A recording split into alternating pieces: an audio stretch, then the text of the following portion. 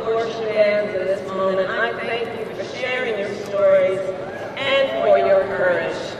It is an honor to be here with so many leaders and all of you who will take the time out of your busy lives to be here this evening so we can, as a community of people, as people who love our country, be clear, sound strong, and stand in favor of the freedom of every woman to make decisions about her own body.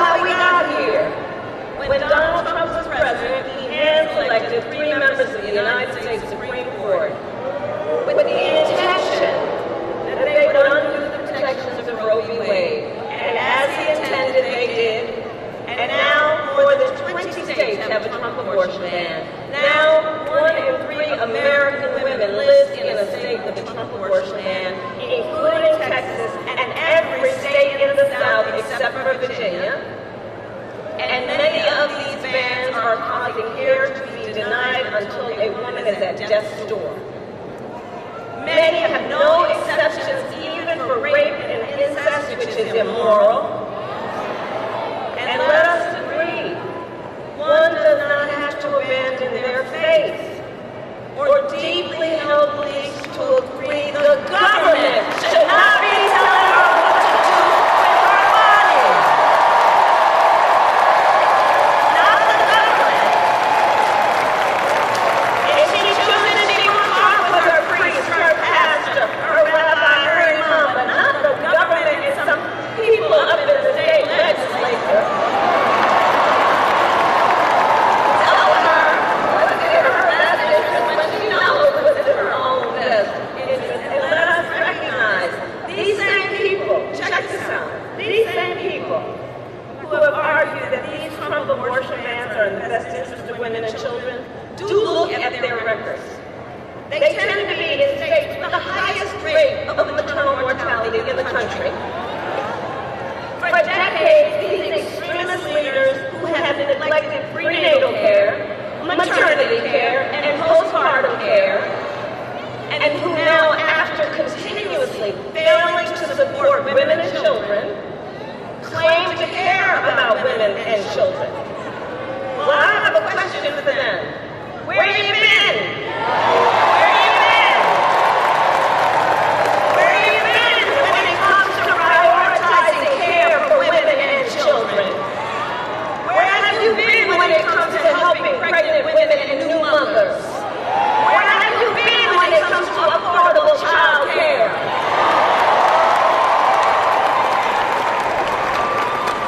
And you know, many of these same extremist leaders have also refused to extend the child tax credit, which lifted half of America's children out of poverty. They, who have blocked proposals to lower child care costs for working parents, they who have tried to cut WIC and SNAP for the low-income mothers and their children. The hypocrisy abounds. And here's what else is happening. These bans are driving doctors out of states like Texas, Idaho, Georgia, and North Carolina, leaving women who are already living in maternity care deserts, meaning there is no maternity care anywhere near them, leaving them with even fewer options. And since Trump abortion bans, fewer medical students are choosing to specialize in women's health. Over these past 2 years, the impact of Trump abortion bans has been devastating. We see the horrific reality that women and families face every single day, and the stories are vivid, they are difficult to hear, they are difficult to tell. For example, here in Texas, can we roll tape? 4 years they were trying to get Roe v. Wade terminated, and I did it. Death because of conservative implemented laws. I had to fight and beg to get care that I needed. Because I wasn't permitted to have an abortion, I nearly died on their watch. If I had not been able to go out of state to get an abortion in Colorado, my happy, healthy son, Henry, would not be here today. They took 2 liters of infected fluid from my abdomen, and the infection was so severe that I almost died. I was to stay pregnant and deliver a baby that would suffocate in my arms. Won the Roe v. Wade. I did a great thing.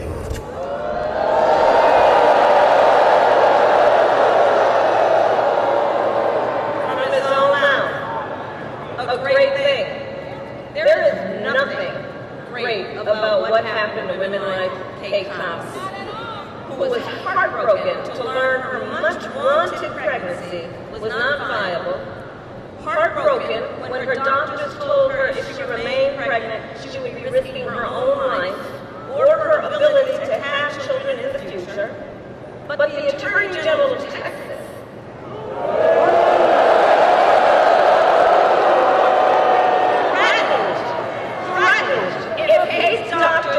terminate her pregnancy, they would be criminally prosecuted. So Kate was forced to flee the state to get the care she needed.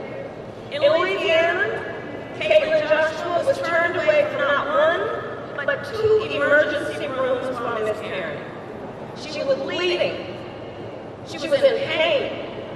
But because of a Trump abortion ban, doctors would not treat her. Because if they did, they would have faced 15 years in prison. And so Caitlin had to go home where she went through the pain of a miscarriage for more than a month. And trying the whole time to hide her pain from her 4-year-old daughter. We know that women have died because of Trump abortion bans. Here today is Jeanette Williams, the mother of Amber Nicole Thurman, a vibrant, you must speak her name, Amber Nicole Thurman. I promised the mother I would speak her name. A vibrant 28-year-old mother of a 6-year-old son who died of preventable death because of Georgia's abortion ban. Now, Jeanette and her family are courageously sharing Amber's story to make sure we all remember her as more than a statistic, so that we remember Amber was a daughter, a sister, a mother, and that she was loved, and that she should be alive today.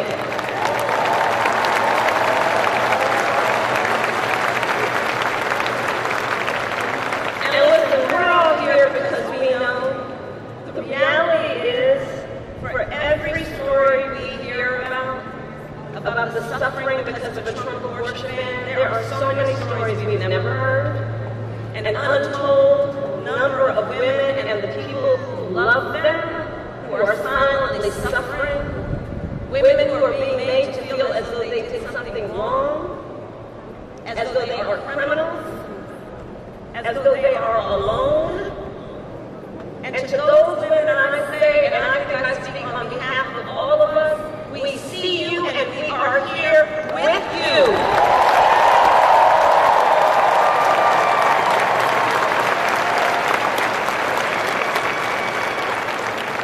Texas, what is happening across this state and our country is a healthcare crisis. And Donald Trump is the architect of it.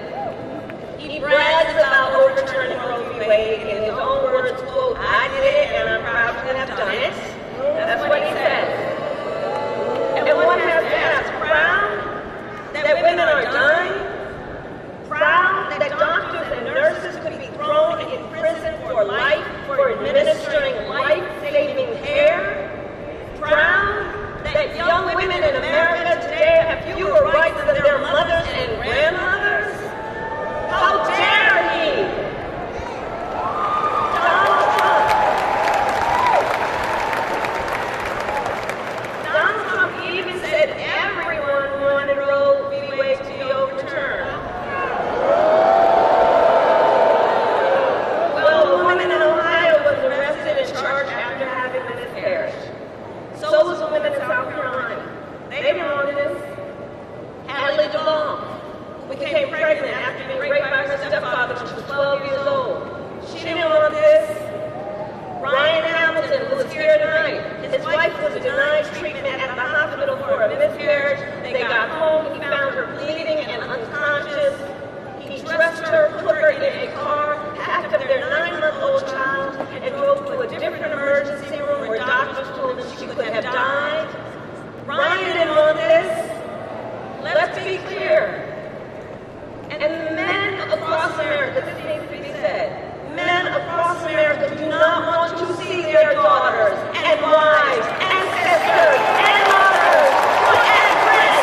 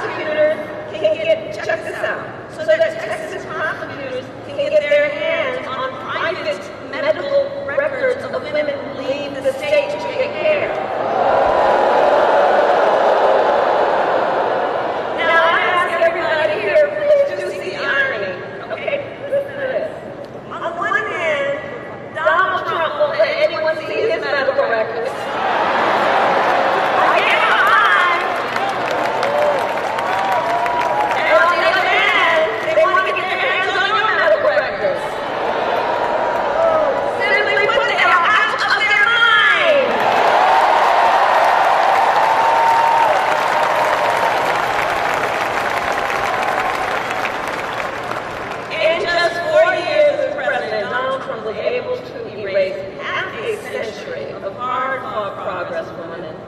And now he wants to go even further. He will force all 50 states to track and report on women's miscarriages and abortions, and go after access to contraception and IVF treatment. It's right there in his Project 2025. Google it. And let us be clear, if Donald Trump wins again, he will ban abortion nationwide. And though we are in Texas tonight, I say to the folks who might be watching from home, for anyone watching from another state, know this.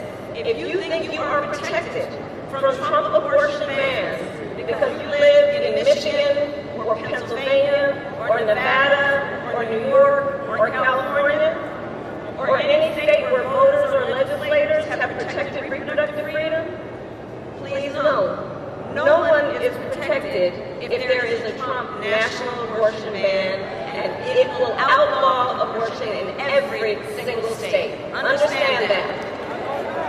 And he can do it with or without an act of Congress. All that to say, elections matter.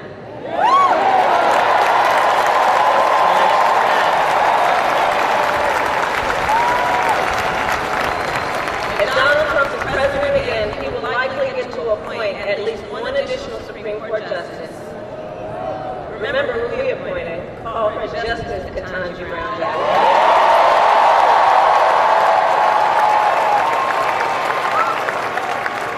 But if he were reelected, he'd probably get to appoint one, if not two, members to the United States Supreme Court. At which point, Donald Trump will have packed the court with 5 out of 9 justices on that court. Who will sit? Think about that. Who will sit for lifetime appointments, shaping your lives and the lives of generations to come. And that is among the many critical contrasts in this election. Look, Donald Trump doesn't trust women, but I do. We trust women.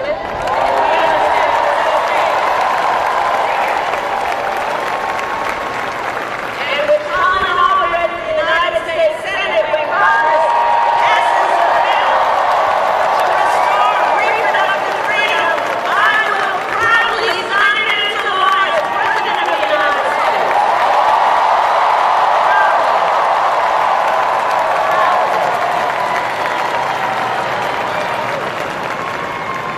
So all the friends here, let us remember, momentum is on our side.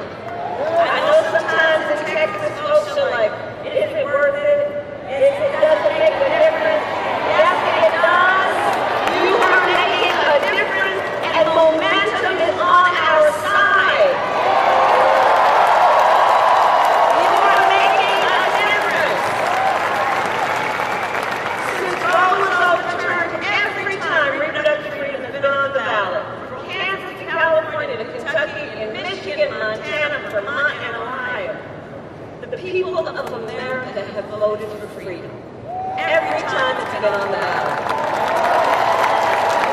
And Alternate has voted by overwhelming margins from so-called red to so-called blue states, proving this is not a partisan issue.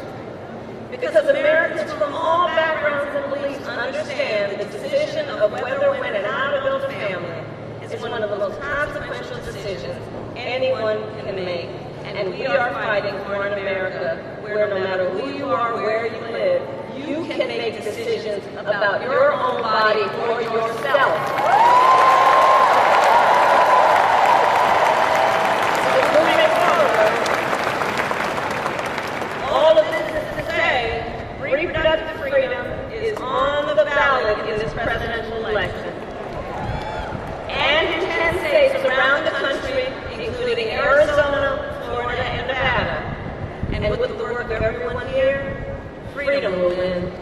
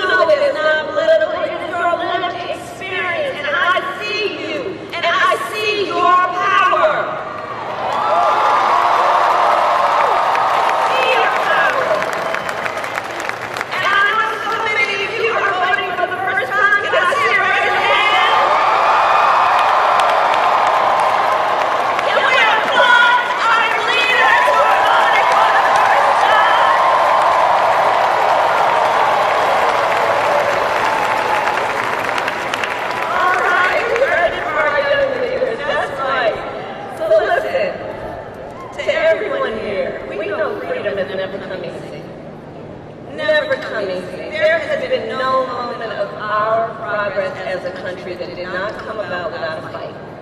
Let's all be clear about that. And we are in the midst of a movement. And everyone here is a leader in that movement. So we do this in remembering those who came before us, those who struggled and sacrificed for our freedoms, who found fellowship and even joy in one another in the fight. They found strength and hope in fighting for our ideals. And that is what we are doing.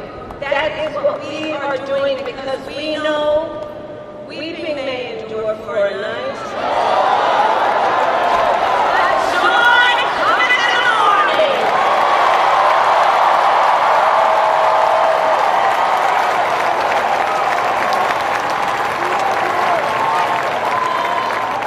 So Texas, election day is in 11 days. Early voting has already begun. So now it is time to start making your plan. Go to iwillvote.com to get all the information you need. And it is not only the presidency that is on the ballot. There are many important races, including Colorado and Lemon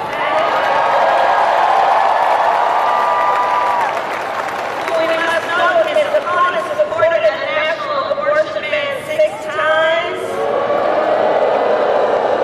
And an opponent who said he did not support exceptions even for victims of rape and incest.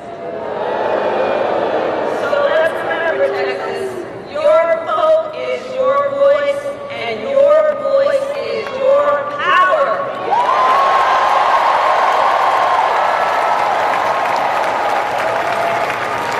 So today I ask you, are you ready to make your voices heard?